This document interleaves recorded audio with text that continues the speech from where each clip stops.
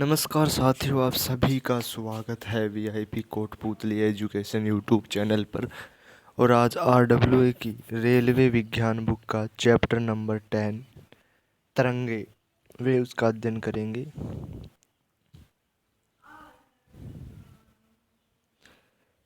तरंग वेव्स।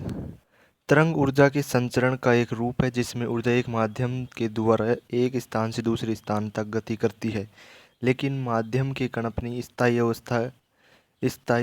स्थिति के आसपास ही दोलन करते हैं। उदाहरण के लिए, जब हम किसी तालाब में कंकड़ फेंकते हैं तो जल की एक सतह पर वृत्ताकार तरंगें बनती है।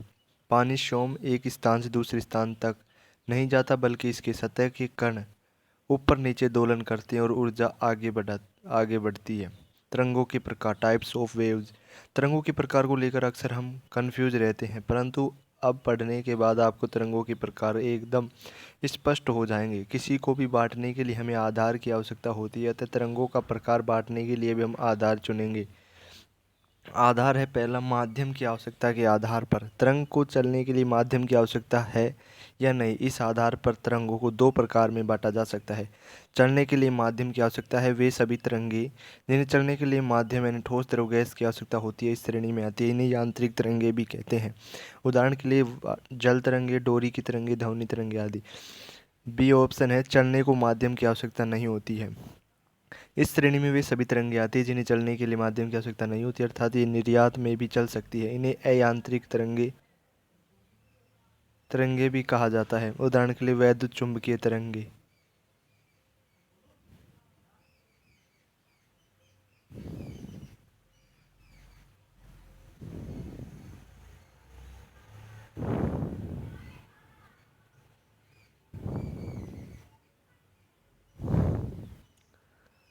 नंबर 2 पर है, तरंग के चलने के प्रकार के आधार पर। इस आधार पर तरंग को दो प्रकार में बांटा जाता है।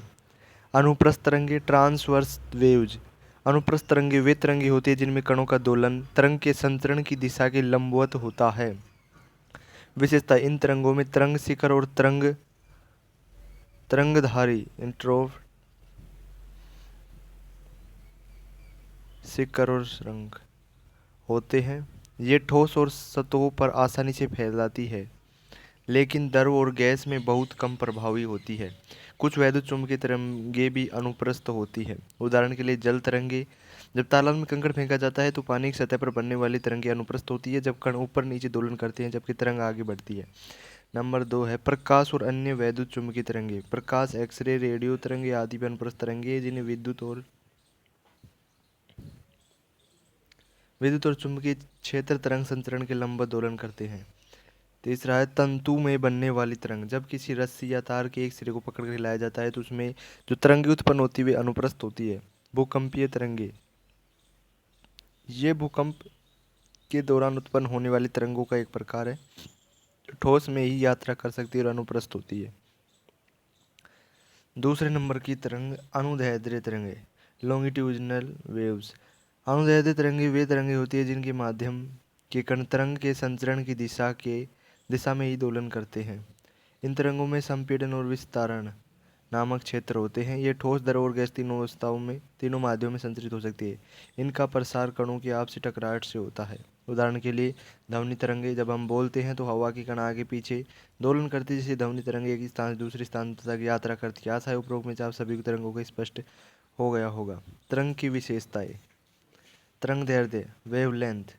तरंग दैर्ध्य किसी तरंग के दो क्रमिक तरंग शिखरों या दो क्रमिक तरंग घाटियों के बीच की दूरी को कहते हैं।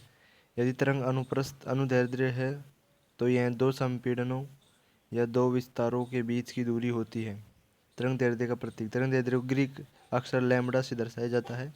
मात्रक होता है, ऐसा ही मात्रक मीटर होता है। दूसरे नंबर की आवृत्ति। आवृत्ति किसी तरंग में प्रति सेकंड होने वाली दोलनों या पूर्ण तरंग चक्रों की संख्या को कहते हैं। आवृत्ति को अंग्रेजी अक्षर एफ से या न्यू से दर्शाया जाता है। आवृत्ति का मात्रक हर्ट्ज होता है। एक हर्ट्ज में बराबर होता है 1 सेकंड में 1 चक्कर। अन्य मात्रक किलोहर्ट्ज, मेगाहर्ट्ज, गीगाहर्ट्ज। संबंधित सूत्र। आवृत्ति और समयावधि के बीच संबंध होता है बराबर 1/t। एफ आवृत्ति, टी समयावधि। आवर्तकाल, किसी तरंग या दोलन में एक चक्कर पूरा करने में होने में लगा समय आवर्तकाल कहलाता है। यह आवर्ती का व्युत्क्रम होता है। आवर्तकाल का प्रतीक कैपिटल टी से डिनोट करते हैं।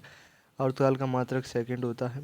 आयाम, किसी तरंग या दोलनकारी कण के संतुलन स्थिति से अधिकतम विचलन को कहते हैं। यह तरंग की ऊर्जा और तीव्रता को दर्शाता है। आयाम का प्रतीक कैपिटल ए से डिनोट करते हैं। आयाम का मात्रक मीटर होता है। तरंग की चाल, स्पीड ऑफ वेव, किसी माध्यम तरंग द्वारा प्रति सेकंड तय की गई दूरी को तरंग की चाल कहते हैं। यह इस बात पर निर्भर करती है कि तरंग किस प्रकार की और किस माध्यम में यात्रा कर रही है। तरंग की चाल का प्रतीक अक्सर v से दर्शाया जाता है और मात्रक मीटर प्रति सेकंड होता है।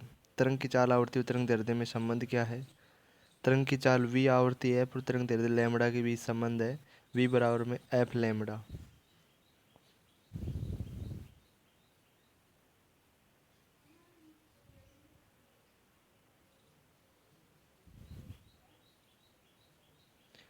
क्वेश्चन नंबर फर्स्ट, ध्वनि की चाल हवा में 340 मीटर पर सेकंड है। यदि उसकी आवृत्ति 1700 हर्ट्ज हो तो उसका तरंग दैर्ध्य ज्ञात करें। तो इसी सूत्र से होगी v बराबर में f लैम्बडा। लैम्बडा बराबर v अपॉन में f। v दे रखा है, f दे रखा है, दोनों को डिवाइड करें, लैम्बडा का 0.2 मीटर हो जाएगा। क्वेश्चन नंबर, यदि किसी जल तरंग का तरंग दैर्ध्य 2.5 मीटर हो तो उसकी चाल 5 मीटर पर सेकंड हो तो उसकी आवृत्ति ज्ञात करो। v दे रखा है, लैम्बडा दे रखा है, f का मान निकाल लेंगे। 5 अपॉन 2.5 2 हर्ट्ज हो जाएगी।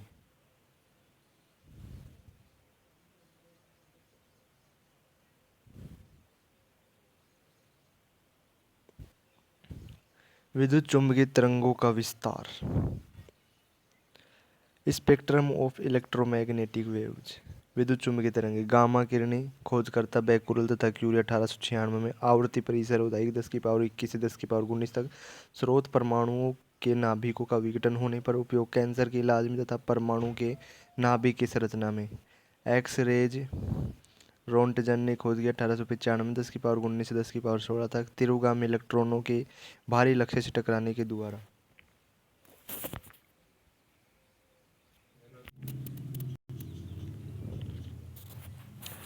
एक्सरे किरण, रोंटजन ने इसकी खोज की 1895 में। 10⁻19 से 10⁻16 तक ये आवृत्ति है इसकी, आवृत्ति परिसर।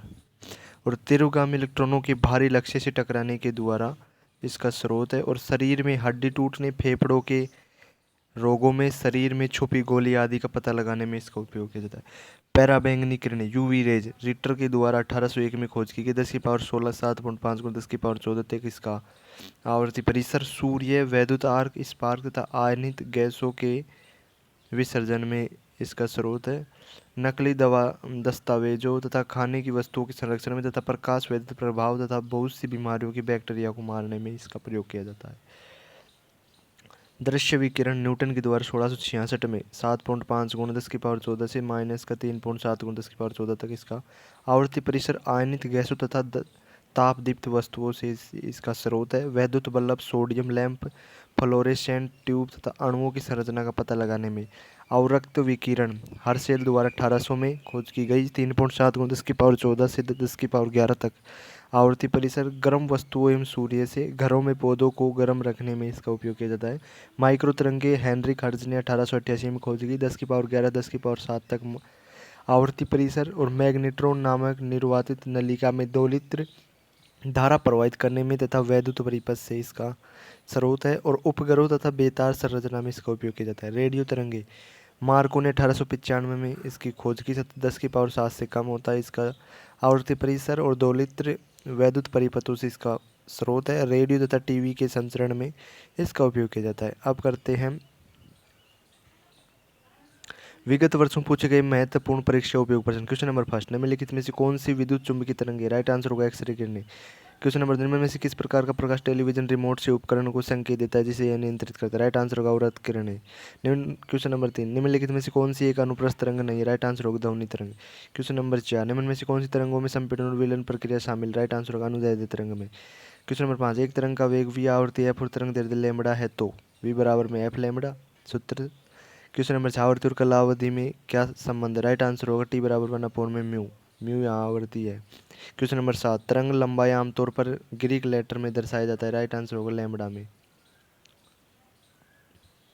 क्वेश्चन नंबर 8, यदि दो क्रमिक शीर्षों के बीच की दूरी l है तो उनकी तरंग दैर्ध्य में व्यक्त किया जा सकता है। राइट आंसर होगा l द्वारा।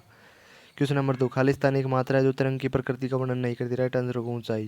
क्वेश्चन नंबर 10, तरंग चाल, आयाम, तरंग दैर्ध्य और आवृत्ति सभी को कहा जाता है। राइट आंसर तरंग की विशेषता है। क्वेश्चन नंबर 11, आवृत्ति खालिस्तान में प्रकट की जाती है और दर्शाता है कि घटना प्रति सेकंड दोहराई जाती है। राइट आंसर होगा हर्ट्ज में।